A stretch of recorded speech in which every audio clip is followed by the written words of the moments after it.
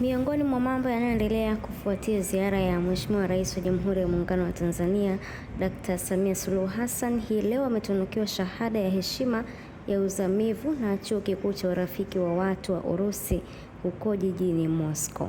Kwa habari nyingine zaidi, tafadhali endelea kufuatilia ili uweze kufahamu mengi kutokea huko na sehemu nyingine mbalimbali hapa duniani. Hii ni PNTV Kiswahili, usisahau kusubscribe, like na comment ili uweze kuwa wa kwanza kupata habari hizi zinazoendelea kila siku.